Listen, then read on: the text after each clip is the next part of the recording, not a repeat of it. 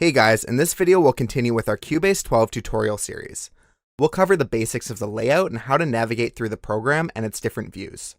We'll also talk about some of the basic features that are included with it. Before starting this video, make sure you're familiar with getting Cubase 12 installed and configured by watching part 1 of this series on our channel.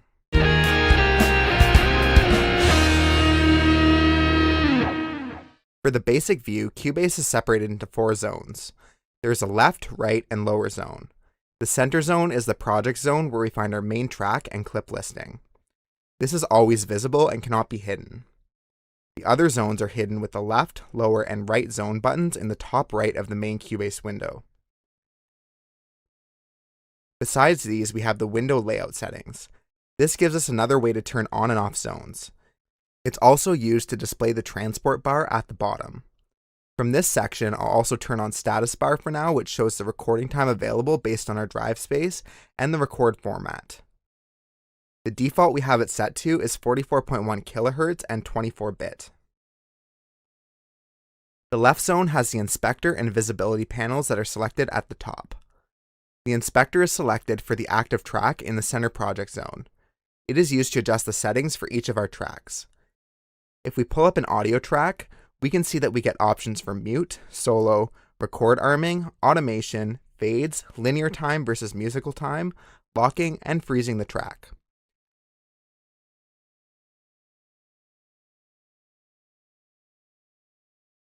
We can also see here the track input and output. We get additional drop-downs for track versions, chords, equalization, inserts, sends, fader, and additional controls. Some of these features will be looked at in more detail later. The left zone also has the visibility panel at the top. The visibility panel lets us hide or view our tracks on the project zone by clicking on the check mark. At this point, to follow along, make sure you have the bottom zone enabled and select the mix console along the tab selector at the bottom. Going back to the left zone, we can select visibility at the top and zones at the bottom. With visibility set to zones, we can change where the mix console channels are displayed with the left, center, and right buttons beside the track names. I can set stereo in on the left, the audio and instrument tracks in the middle, and the stereo output on the right. Now on the bottom panel, select Editor and change the left panel to Inspector at the top and the Editor at the bottom. This shows us controls for editing timing to warp an audio clip.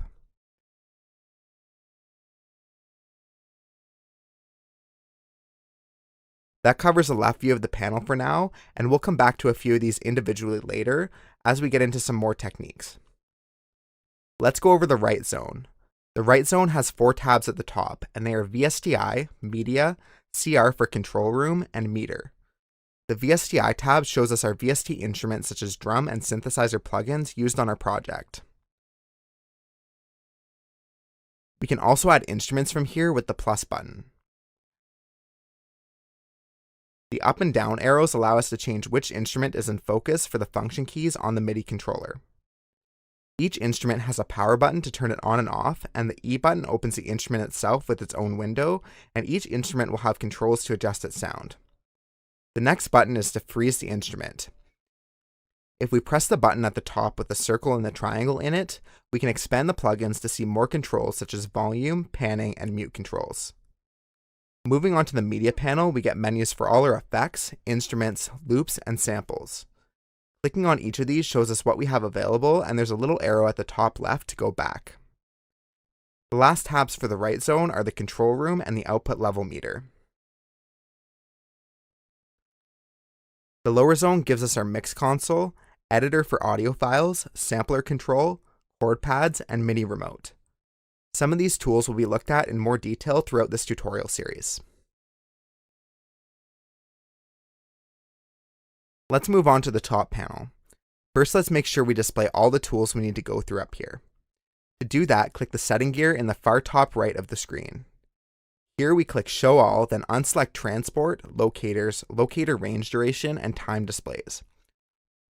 All of these will be shown in the bottom screen right now, and otherwise they'll take up too much space.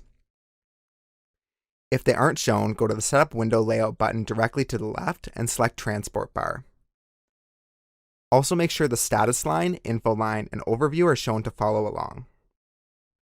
With all the panels displayed, grab any of the ones with the 3 dots next to them and drag them right to expand the view for all the buttons.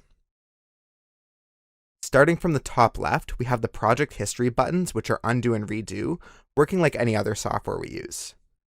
Next is the constrained delay compensation, and this is used with MIDI instruments and live audio to prevent latency. Then we have the button to open the media bay with all sorts of sounds from our system. The pool window opens a listing of all the files saved to our project, including the audio files, video files, and unused files in the trash. The Mix Console button opens a mixer view with a separate window. We can view this here or see it in the bottom zone as well. The next button is for the control room.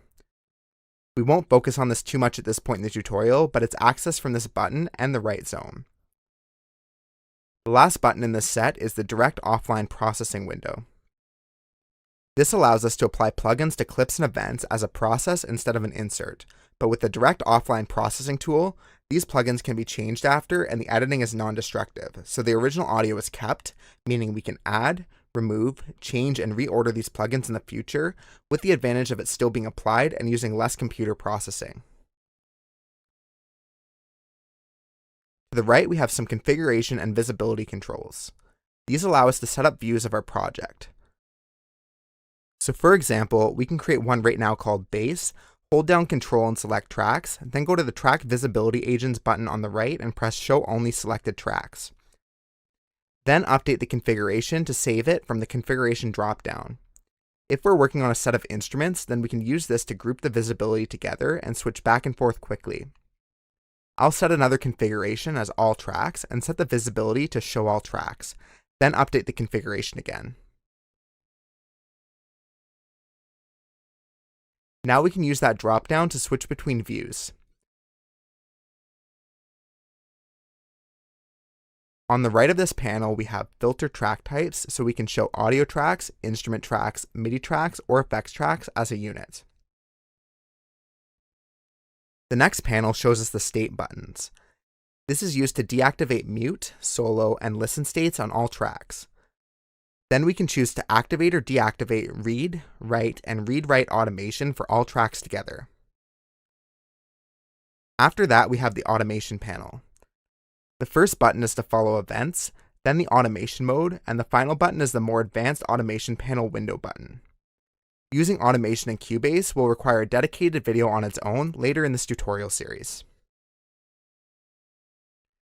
The next button is for auto scroll, and with this enabled, the main project window will move along with the track. It can be set to page view so that the cursor moves along the screen as you play, or to stationary view so the cursor stays in the center and the clips move in the background. The panel that shows 1, 2, 3, 4 here is the markers panel. The settings button to the right opens the markers window. Clicking on one of the markers buttons allows you to jump to a marker in the project, so you can set them to different sections like a verse, chorus, or solo section of the song. If we put the cursor to a time selection of the project, we can open the markers window and click the Add Position Marker button. Then we can add a description to it here by double-clicking and typing in that box. I will call this Start of Song and put it at the 5th measure since we have 4 measures at the start as a buffer and count-in. Now pressing the Marker 1 button along the top panel snaps our time to the start of the song. Moving to the right, we have the tool buttons. On the left is the Combine Section tools, which activates the Object Selection and Range Selection tools together. The Object Selection tool selects events and clips. The Range Selection tool selects a time range. Then we have the Draw and Erase tools to create and remove events. The Split tool will cut a clip at that time selection. The Glue tool can combine them back together. The Mute tool is used to mute a clip rather than an entire track.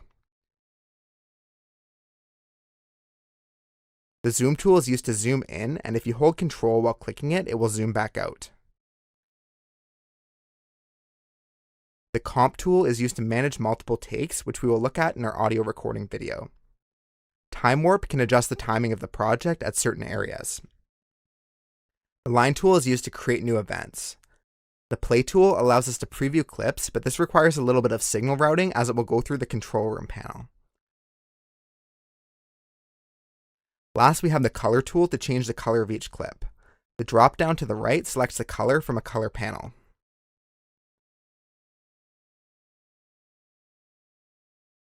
Next, we have the nudge tools. These are used to move around or lengthen a clip from the start or the end. The first drop down lets us control the snapping, and in this case it's set to link to grid, which means it's using the project snapping that we'll cover in a minute.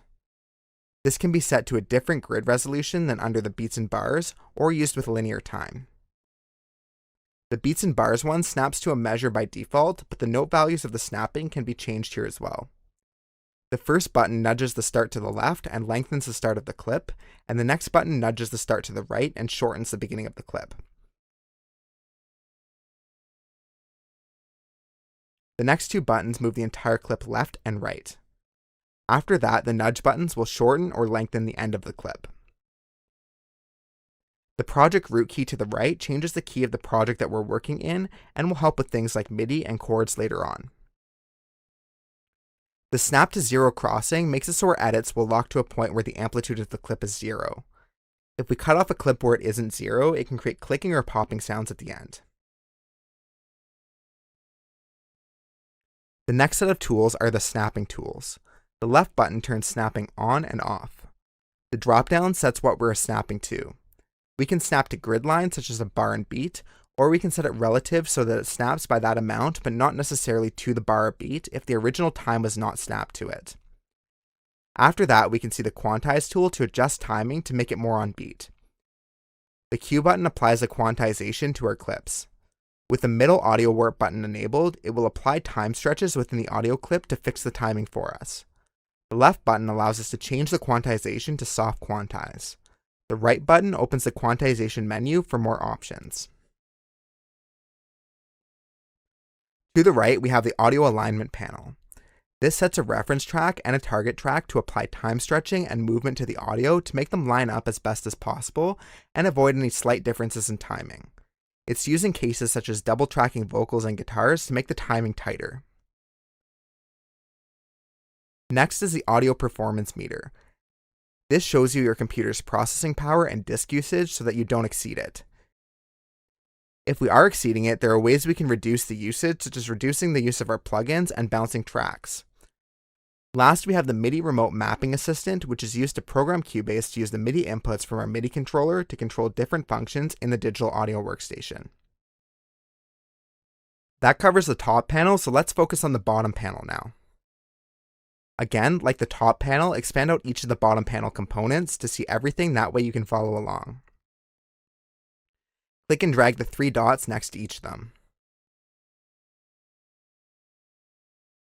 We start with another constraint delay compensation button. Next are the record options. We have punch in out and re-record first. Punch in out makes it so pressing the record button after starting stops the recording. If we press the record button in re-record mode, it will start the recording over. Next are the buttons to start recording at the project cursor position, which is the time that we're at in the project right now, or start recording at the left locator position, which is a set position that we can adjust. The drop-down to the right controls what happens when we record over a clip that's already in the project. Keep History will layer the new clip on top and not delete it. Cycle History and Replace will remove all previous audio recordings and keep the ones from this recording session, even if multiple takes are recorded, and Replace will remove everything and keep only the last take. Similarly, we have controls for recording over MIDI. The top part for linear and cycled recording is similar to audio in that it controls what happens to the clips at the end of the recording. With MIDI, we can create new parts, merge the MIDI data into old parts, or replace the old parts. Second setting is regarding cycle recording for a section, and we can choose to mix all the MIDI events together into a single take, overwrite the previous data, keep only the last cycle, stack the clips with only the last clip playing, or stack all the clips individually and play them together.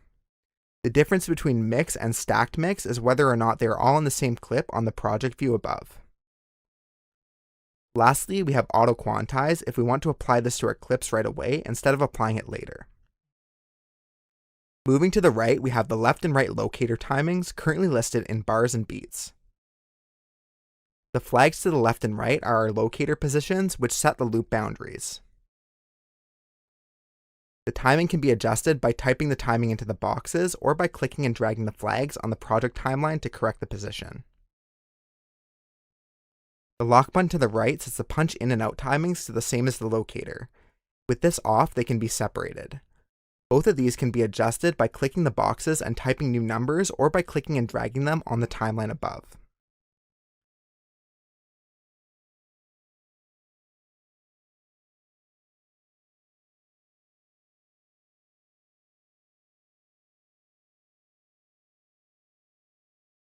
The next section is for the transport. We have go to previous and go to next, which snaps to the start or previous marker and to the end or next marker. Then there are fast forward and rewind buttons. The looped back arrow is the cycle button, which loops the project with respect to the locators during playback and recording. Then we just have stop, play, and record buttons. MIDI retrospective recording is used to go back and record a clip that was played while stopped or playing in normal mode. After that is the primary time display, which shows where our cursor is in the project. The buttons to the left change how it's displayed from bars and beats to minutes and seconds. To the right is the project tempo, and this is where we can change the tempo. The last section on the right is the metronome controls.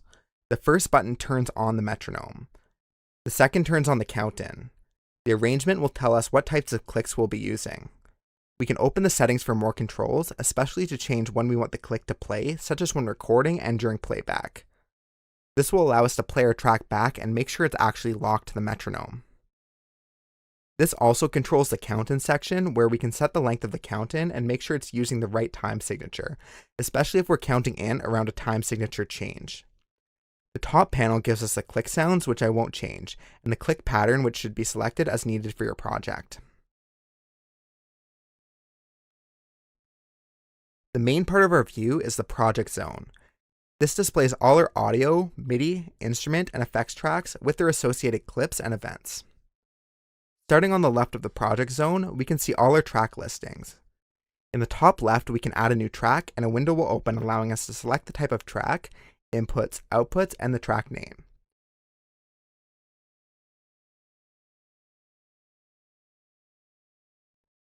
To the right, we can see the number of tracks displayed over the total number of tracks with the track visibility and filter controls that we have at the top.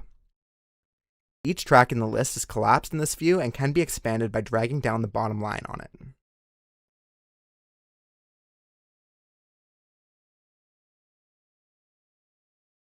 On the tracks, we have an M button to mute the track so it's not heard. The S button solos the track, which makes it so that only the tracks that are soloed will play. Below are the record arm, monitor, settings, mono, and automation controls. To the right of the tracks, we can see all the recorded audio clips and MIDI clips. Above that, we have the project ruler. This is displayed in the project timing format, but can be changed with the arrow on the right side of the ruler.